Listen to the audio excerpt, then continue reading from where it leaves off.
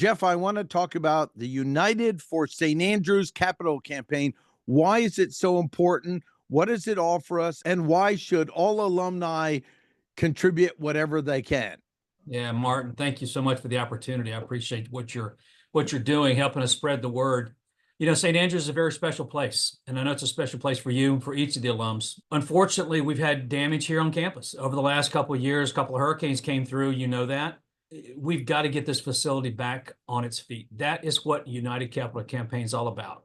Number one is to get the facilities back in order so that we can be a fully functioning campus, so we can recruit and retain our students. Number two, we can have facilities here to entertain the community. There'll be an opportunity for the community to come on campus and actually have events, and for us to get back into the type of interaction and the type of relationship and a host for the local community that we've been for many years. Let's talk about Belk, because I was just talking with my best friend in Japan from St. Andrews, and he really didn't realize the condition it was in and what our wonderful students are working with that we want to upgrade for them to have a better place to go.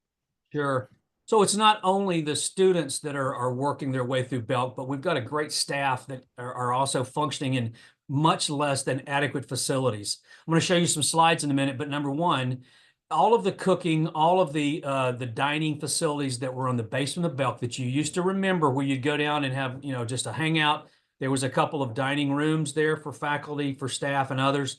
That was entirely destroyed. We've lost all of that lower area. So what we're having to do now, Martin, is we're having to prepare foods in temporary trailers. They're not temporary. They've been there since 2018.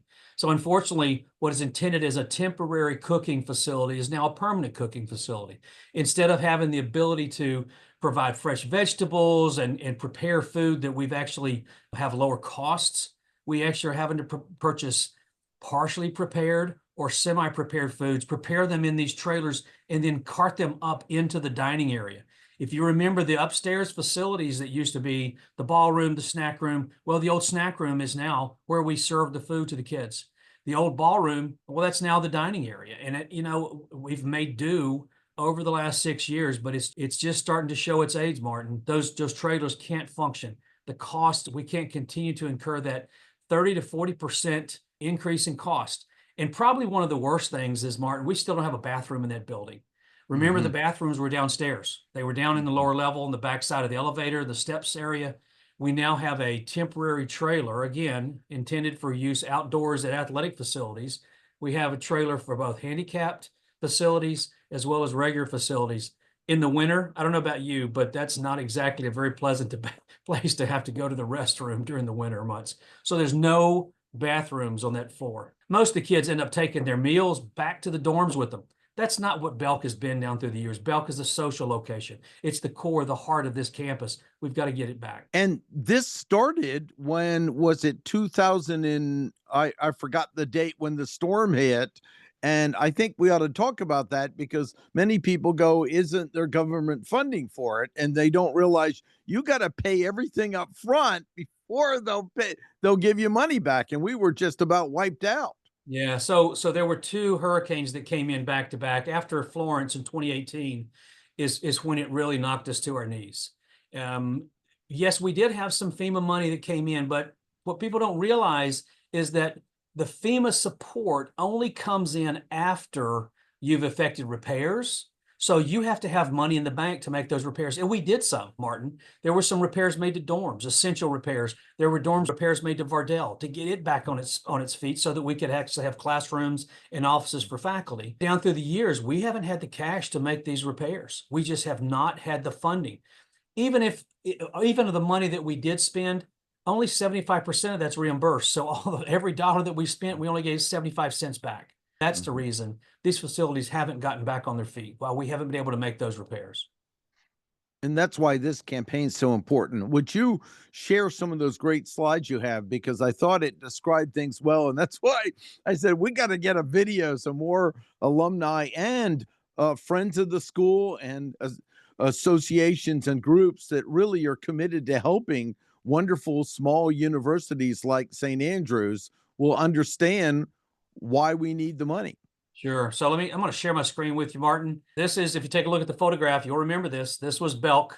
Back on the left was actually just as the water was beginning to recede. This is one of the photographs that Rooney had taken, showing the water level into the lower level of Belk. If you take a look at the lower right photo, that's actually a photograph as the facility was being cleaned out. It wreaked havoc. We had to remove the overhead. You see all the overhead had been removed as well. That lower level is still in that condition, Martin. It still has not been. We have removed all of the damaged equipment, all of the things that had been lost in the kitchen area, and we've already started purchasing new equipment for that, Martin. We have new for the upper level. We've purchased stoves, and we purchased refrigerators and freezers. So we've got part of that has, part of the repair and the return is already on its way. If you take a look at the top right photograph, that gives you an idea of what it looks like downstairs now. Those are the two temporary facilities. Those are outdoor, for lack of a better term, they're sort of like food trucks. These are trailers. And we have, our dining facility team, Pioneer, does a wonderful job of preparing our meals, but they literally have to prepare the food there, take it up the steps, Martin, up the steps that you see there, and then we trolley it into the facility, into the dining facility.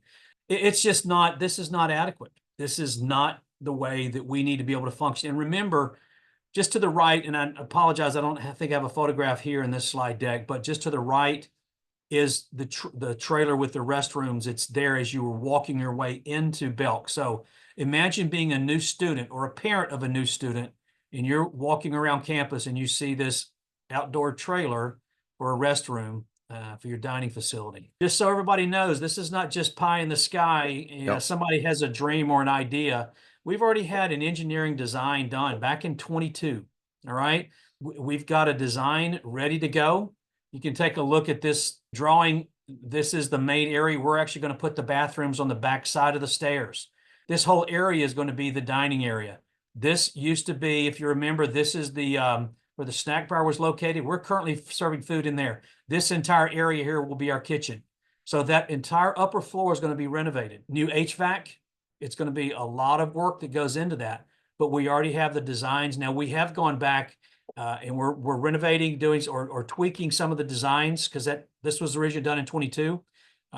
We think we can save some money on some HVAC and some other things. So we've gone back and taken a look and made some changes to that. But again, we've got the plans for it, Martin. This is not like, we have a wish and a prayer. Sometimes things around here have been done that way. Some of the alums may remember that. We've got some drawings, some designs. This is just an artist rendition of what it may look like, will likely look like in the area there that we're looking at, the old snack bar. You're looking back in there. And again, looking back in just to give you a rough idea of what this dining facility could look like. These are the colors. This is the palette. This is kind of what we're thinking. But just remember, right now, Martin, we've got $1 million that we've collected. 1 million of our 5 million. We're not finished with the first year yet. We just kicked this off back in February, beginning of March. So we're about 9 months in, but we're still behind milestones. We have got to increase our giving. We should be at about 2 to 2.5, a little over $2 million right now. We're just about to pass 1 million. Now, I'll tell you, let me give you some background on this. Many people have done capital campaigns. I've done capital campaigns before. And the way this normally happens is you go out and you spend $50,000, bring in a consultant. You have half of your capital campaign funds already pledged or committed, and then you kick it off. Well, you know what? This is a blue collar campaign, Martin, right? We've started right from the ground level, said, we're not going to do this. We're not going to pay for consultant. And I've taken some grief. The university has taken some grief even from some alumni who feel we should go out and spend the money. And my response normally is this: you write the check, I'll hire the consultant. Mm-hmm. Unfortunately, no one stepped up to write that $50,000. Now, again, we did our own assessment. We did our own, engagement with the local community. We brought on some real champions in our local community, a couple of alumni, Roy Phelps, class of 63, Bill Rinker, class of 69. They're on the capital campaign. Bill also is one of our trustees. We brought in folks here in the local community, former county commissioner Carol McCall, Ken Nichols. He and his brother Dean own Nick's Pickwick. Alan McLaurin, who's with ZV Pate. Steve Clayball, who is a retired executive insurance agent who lives here in the community. Again, we brought folks who know this local community, and they've helped us raise in that $1 million right now. But we really have got to get the engine going quite a bit faster. We need to pick up, we need to engage, and we need to move forward, because as soon as we have enough funds in the bank, we want to start making some repairs. But we're just not there yet, Martin. You talked about more ways we can help than us just writing a check. We might know an association we're affiliated with that donates, or a group, or funding. Talk about that, because that to me is fantastic. Because if you look at the network each one of us has as an alumni, then we might know of a group we can do an introduction with. Talk about that, because that can really leverage beyond just me writing a check. Yeah, exactly. There's a possibility every one of us knows someone that can connect with a foundation. Capital Campaign, just so you know, the campaign board has connected us with 4 different foundations. We're already starting to go through that process with them. There are one of them is an individual that actually, it's a family foundation that's connected with a former alum. He's passed, but we've been able to get connected with that foundation, and we're having a conversation with them about a gift. Every alum knows, whether it's your church, whether it's your business, whether it's a foundation that you know of, maybe it's a community foundation that could support us. Everyone has a connection. So think about how can you reach out? Maybe there's an alum. There's also this opportunity. So one piece of this, Martin, is businesses or foundations that give to organizations. The second side to this is we have a large network. There's about 12,000, believe it or not, 12,000 alums that have graduated from Flora Mac, PJC, and from St. Andrews Presbyterian College and St. Andrews University. We only have about 3,000 that are actively engaged in terms of communicating, and of those, you know how many donors we have, Martin? 10%. We got about 350 or so that are active donors. Now, down through the years, there's been a lot more that have given, and I realize that there's some reasons that some people have gotten very frustrated with this university. But you know what? We've got to get back on board, because I don't want to be part of the party that actually closes this place down, Martin. That's not the reason I came here. It's not the reason Dr. Malik came. And I know no one wants that. And I'm not threatening, but we got to be real. We've got to be very realistic about this, Martin, because if we can't recruit students, if we can't keep the lights on, guess what? None of us want that. Just don't underestimate how any amount of check you can give makes a difference, because when you can show now we're up to 20% or 30% of alumni, other people are willing to offer more checks too. So this Exactly. adds up. So this is so critical that any alumni do it. And whatever you're able to give, of course, I'm on the Alumni Council, and we're expected to make donations, and I'm proud to do it. And we even did the project of the Rooney Coffman book, and we're donating money from it. So, you might have a project you want to start where you have money given into it. We've just so far at least raised $1,000 in the first week. Excited about that. Just a few All of days, these Martin. add up, and they show that something's happening. And that's why whatever you can do, whoever you can reach out to, what if there is someone from St. Andrews you remember you're talking to, but they aren't part of St. Andrews? Say, hey, they're working hard to transform and make it so that those wonderful students that have started the school can graduate and then come back to it. This isn't about me from my past. It's about caring for the youth and the new students that are coming in. We had an alum that came back and spoke at Convocation this year, and I was so encouraged. Guy graduated, I think it was around 2016. He's opened a business up north of Charlotte very successfully. To be able to see these alums come back, it's not just those of us, or those of you who graduate from St. Andrews, and whether the 60s, 70s, 80s, 90s. We've got some of our current alums, recent alums that are coming back, and they see the importance of this. I hear from them, they want to give back too, Marty. What they're saying is they want the good old days for these graduates, the kids that are here right now. They want them to be able to build their good old days, because you build those good old days while you're here. All right. they become good old days and they become reminiscent when they're like you and I, we're a bit older and we can look back on them. Well, they're looking into them right now. They're looking their good old days in the eyes. We want to be able to give that to those students. You know, you mentioned something about no matter how little or how much you can give. Martin, we've got folks that give $25, $50 a month and have been doing that now for about 9, 10 months. And you know what? It adds up. It adds up quickly. Monthly giving, the value of giving regularly, I can't underestimate that. Even if you can only give a little, the fact is we need to be able to have every one of our alumni taking part, because we all owned a piece of this.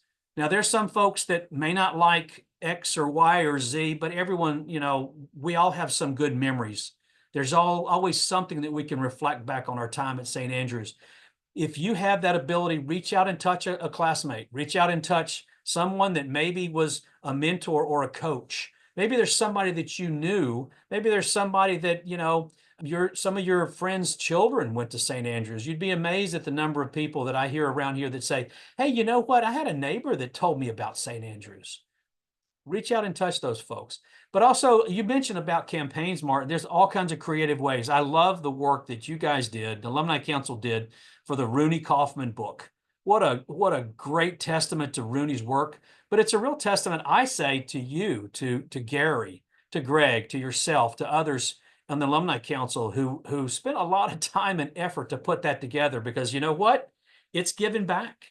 And there's, you know, you say a week. I think we've been on sale now for about 5 or 6 days if you add the weekend in, and we're already $1,000. It adds up. You spend $74.99, is that right? $74.95, whatever the number is. Yeah, and it's 100%. We donated all the time and money, and Rooney put in countless hours working with us on it. And so everything that comes in, the profit off of the book, you know, that we had covered the expense, goes to the fund, and then we have a little bit that goes to the Kaufman fund, so exactly. that he and I want to say Rooney could have taken that as his own income. That was the original agreement. He says, no, I want to give back also.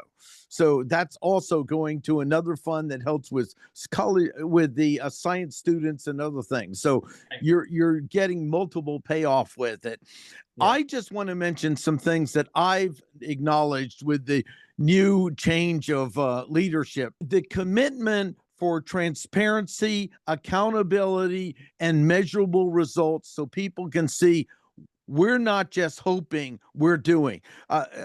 That's something, when you gave the presentation, you said, we're going to make sure we don't wait till we get all the money. We start doing things so people can see what we say and what we do match. Because there's been a number of experiences, as in any small school, where promises were made and they weren't delivered at the level they want. This is just going to happen. And you were really committed to that, just like the book.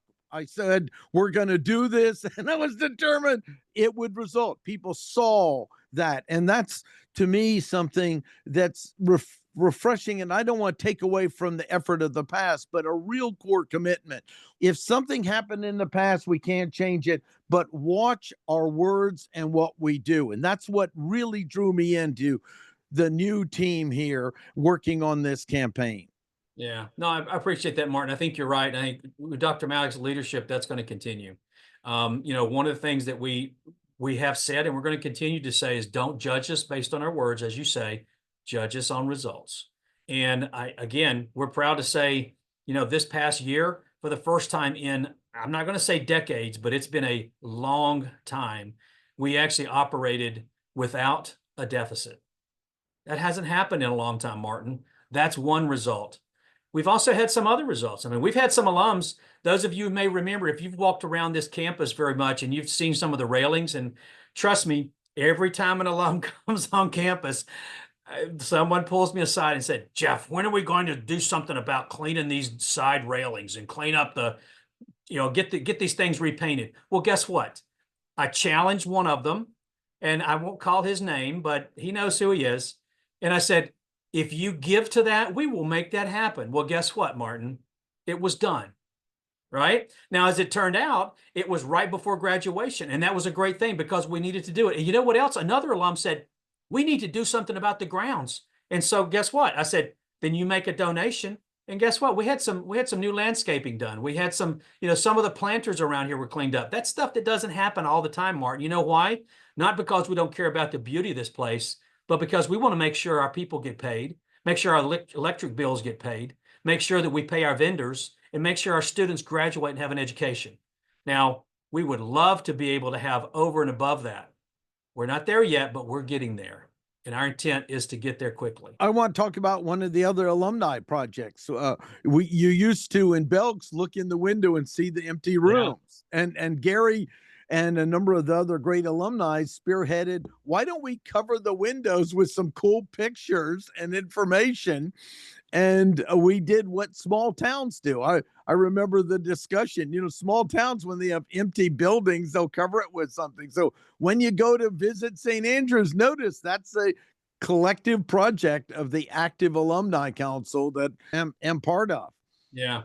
Hey, Martin, I'm going to share one more with you. We talked about how much your giving makes a difference. Let me just share a slide with you. And this is something, again, what I'm showing you guys is exactly what we shared with the Alumni Council a while back. You wonder how much difference your gifts make. We have about, and I was generous. I said 4,000. It's probably 3,500 alum. And I say active. These are alumni that regularly check emails, that open emails, that are active on Facebook. So it's probably around 4,000. Could be anywhere from 35 to 4,500. But let's say, just for comparison purposes, 4,000 alums. If 4,000 alums gave $1,000 each, and I realize it's a big ask for some people. It's a minor ask for other people. Martin, that's $4 million right there. And so at the last Alumni Council, you know what we asked? I challenged all of you and I said, I would ask you to challenge your classmates, challenge the other alums to step up and give $1,000 each. Now, I think it can happen. Even Martin, if somebody dedicates $100, that's $400,000 right there. That's a huge impact. But I think we could do more than that. Remember, this is a 2-year campaign, and it's 2 years that you can either pledge or give for both of those years.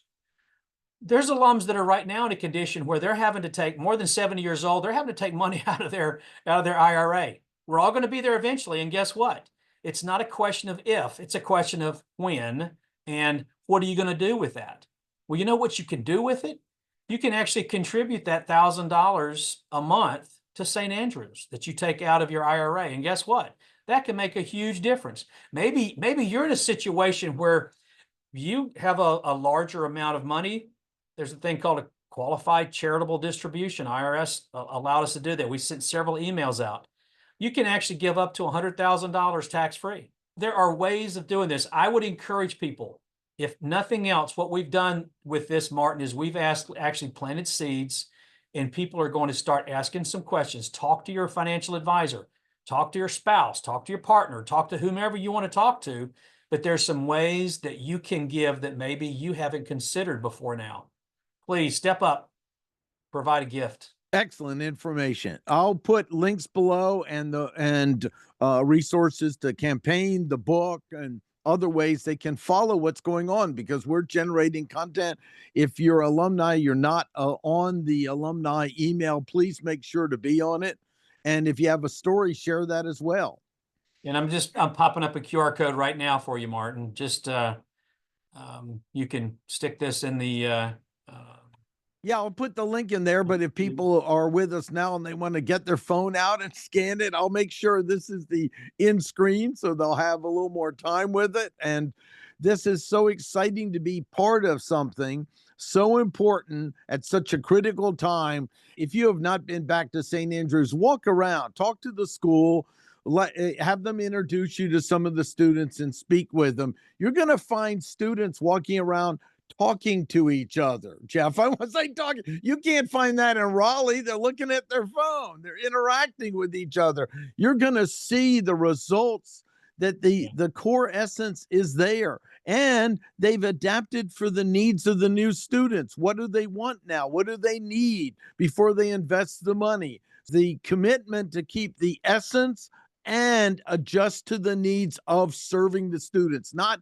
my memories of it, which are distorted anyway from it in human life, but the needs of those students is what I see on the ground there.